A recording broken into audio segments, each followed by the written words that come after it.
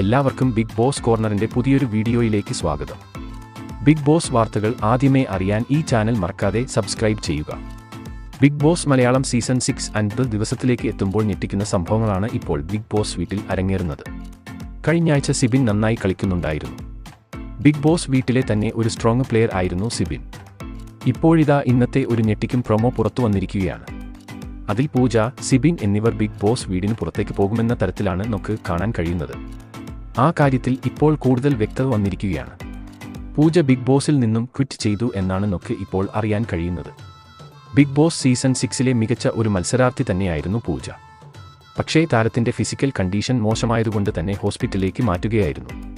സ്ട്രെച്ചറിൽ ആണ് പൂജയെ big boss വീട്ടിൽ നിന്നും കൊണ്ടുപോയത്.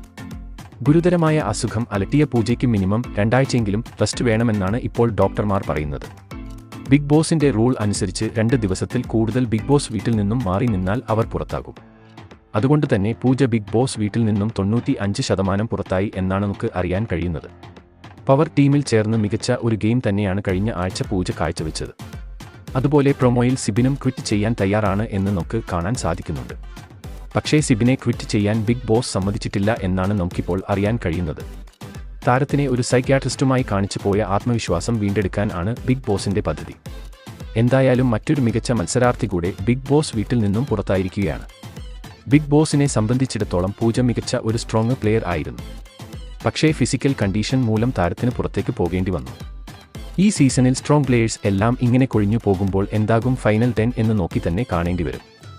അപ്പോൾ ഇതിനെപ്പറ്റിയുള്ള നിങ്ങളുടെ അഭിപ്രായം താഴെ കമന്റ് ചെയ്യുക. അതുപോലെ കൂടുതൽ ബിഗ് ബോസ് വാർത്തകൾക്കായി ഈ ചാനൽ മറക്കാതെ സബ്സ്ക്രൈബ് ചെയ്യുക.